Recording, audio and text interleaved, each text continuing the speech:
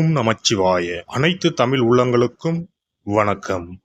நாம் இந்த பதிவில் பெயர்ச்சியாகும் செவ்வாய் பகவானால் ராசிக்காரர்களுக்கு ஏற்படும் சுப மற்றும் அசுப பலன்கள் என்ன என்பதனையும், அசுப பலன்கள் ஏற்படுமாயின் ராசிக்காரர்கள் செய்ய வேண்டிய பரிகாரங்கள் என்னென்ன, வழிபட வேண்டிய தெய்வம் யார் என்பதனை பற்றியும் விரிவாக காண்போம். உங்கள் வாழ்வில் வளமும் நலமும் செல்வ செழிப்பும் பெற்று வாழ்வில் உயரிய நிலையை அடைய எல்லாம் வல்ல இறைவனை வேண்டி விரும்பி கேட்டுக்கொள்கிறேன். செவ்வாய் பகவான் சகோதரக்காரகன் ஆவார். சிவப்பு நிறத்தின் அதிபதி, ஆண் கிரகம், அதிலும் தைரியமான கிரகம். செவ்வாய் துடிப்பானவர், இளமையானவர், இள ரத்தம், வீரமான கோபமான இளைஞனை போன்றவர்.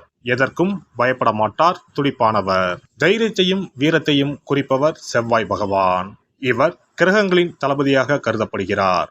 செவ்வாய் பகவான் மேசம் மற்றும் விருச்சிக ராசிகளின் அதிபதியாக உள்ளார். ஒருவருடைய ஜாதகத்தில் செவ்வாய் சுபஸ்தானத்தில் இருந்தால் அந்த நபர் வீரம், தைரியம், ஆற்றல் மற்றும் சக்தி வாய்ந்தவராக இருக்கிறார். அனைத்து கிரகங்களும் ஒரு குறிப்பிட்ட காலத்தில் தங்கள் ராசியை மாற்றுகின்றன. இவற்றின் தாக்கம் அனைத்து ராசிகளிலும் காணப்படும்.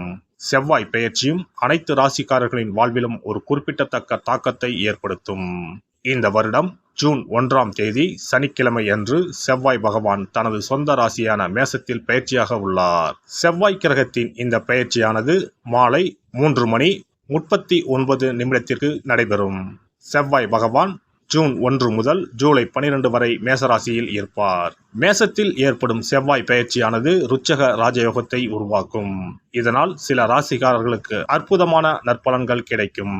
செவ்வாய் பகவான் மகர ராசியில் அல்லது அதன் சொந்த ராசியான மேசம் அல்லது விருச்சகத்தில் இருக்கும்போது இந்த ருச்சக ராஜயோகம் உருவாகிறது.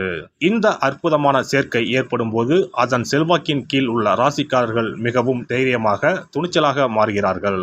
சமூகத்தில் அவர்களின் கௌரவம் அதிகரிக்கிறது. பணிபுரியும் இடத்தில் தனி மரியாதை கிடைக்கிறது. இனி செவ்வாய் பெயர்ச்சியால் ஏற்படவுள்ள ருச்சக ராஜயோகத்தால் அதிகப்படியான நல்ல பலன்களை அடைய உள்ள ராசிகளை பற்றி காண்போம்.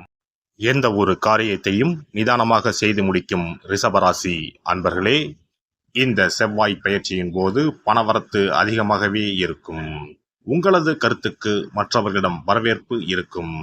எதிர்ப்புகள் விலகும். தடைப்பட்ட காரியங்களை மீண்டும் செய்து முடிக்க தேவையான முயற்சிகளை மேற்கொள்வீர்கள். மனதில் புதிய உற்சாகமும் தைரியமும் உண்டாகும். வசதிகளுக்கு குறைவு இருக்காது. தொழில் வியாபாரத்தில் இருந்த போட்டிகள் குறையும். புதிய ஆர்டர்கள் பெறுவதில் சிந்தனை செலுத்துவீர்கள். உத்தியோகத்தில் இருப்பவர்களுக்கு வேலை செய்யும் இடத்தில் இருந்த பிரச்சனைகள் குறையும். அலுவலகம் தொடர்பான பயணம் செல்ல வேண்டி இருக்கலாம்.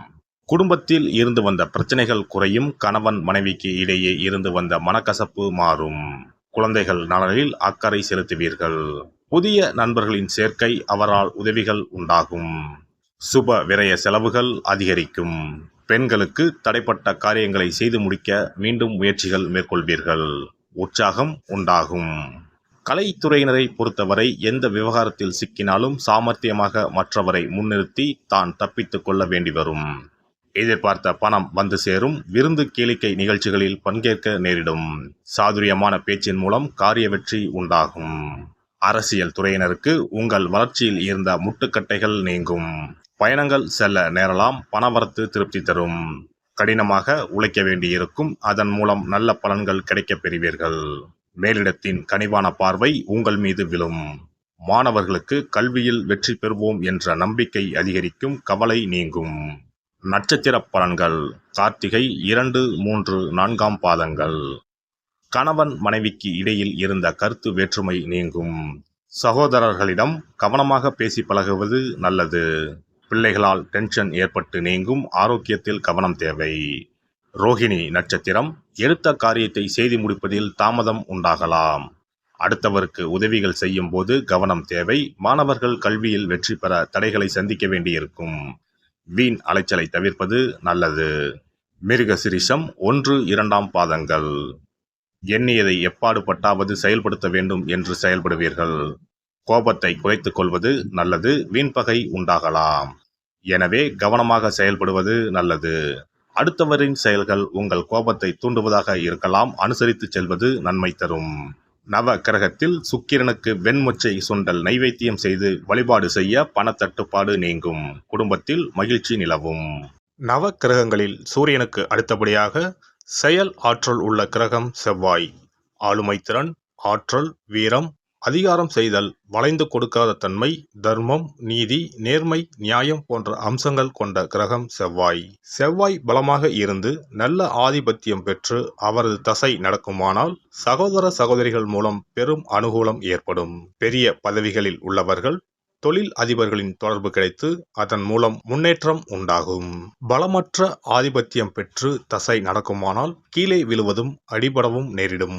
வாகன விபத்துக்களை சந்திக்க நேரிடும். இரத்த காயங்கள், வெட்டுக்காயங்கள், இரத்த சம்பந்தமான நோய், சித்தப்பிரமை, தலையில் அடிபடுதல் போன்றவற்றை ஏற்படுத்துவார் செவ்வாய் பகவான்.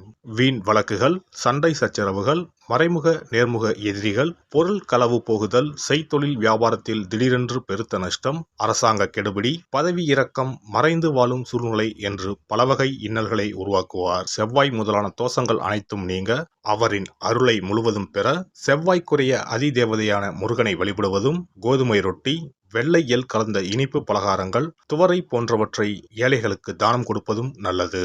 செவ்வாய் கிழமைகளில் விரதம் இருந்து செவ்வாய் பகவானுக்கு விளக்கேற்றுவது, சஷ்டி விரதம், கிருத்திகை விரதம் மேற்கொள்வது, தினமும் கந்த சஷ்டி கவசம் படிப்பது நல்லது.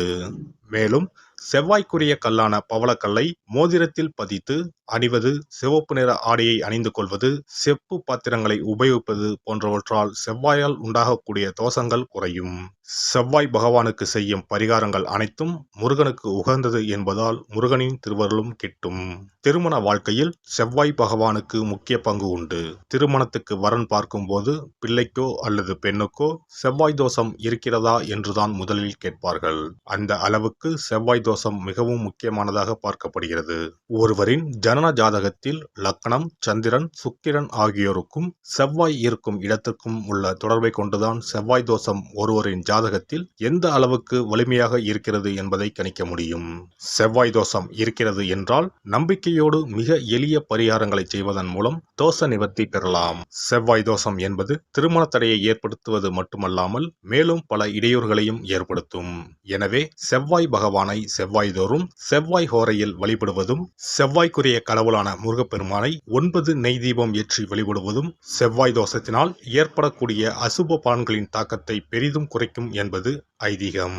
செவ்வாய் தோஷம் ஒருவருக்கு இருந்து ஒருவருக்கு இல்லை என்றால் திருமணம் செய்யக்கூடாது என்பது சாஸ்திரம். இருவருக்கும் இந்த தோஷம் இருந்தால் திருமணம் செய்து வைக்கலாம் என்று சிலர் சொல்வார்கள். ஆனால் பொதுவாக தோஷம் ஒருவருக்கு இருந்தாலும் சரி அல்லது இருவருக்குமே இருந்தாலும் சரி, தக்க ஜோதிடர்களை ஆலோசித்து முறைப்படி பரிகாரங்கள் செய்வதுதான் சரி. செவ்வாய் தோஷத்தால் திருமண தடை உள்ளவர்கள் வைத்தீஸ்வரன் கோவிலுக்கு வந்து அரச மரத்தடி விநாயகர் ஆதி வைத்தியநாதரை வழிபட்டு ஆலமரத்தை சுற்றி வர வேண்டும். வைத்தியநாத சுவாமி, தையல்நாயகி அம்மன், செவ்வாய்க்கு அதிதேவதையான முருகப்பெருமானை வழிபட வேண்டும். சன்னதியில் உள்ள செவ்வாய் பகவானுக்கு சிகப்பு வஸ்திரம் சாத்தி அபிஷேகம் செய்து பரிகாரம் செய்ய தடைகள் நீங்கும். இந்த வீடியோ பதிவு உங்களுக்கு பிடித்திருந்தால் லைக் பண்ணுங்க, கமெண்ட் பண்ணுங்க, ஷேர் பண்ணுங்க, மறக்காம சப்ஸ்கிரைப் பண்ணுங்க, பக்கத்துல இருக்கிற பெல் பட்டனை கிளிக் பண்ணுங்க. நன்றி, வணக்கம். ஓம் நமச்சிவாய. சிவாய நம.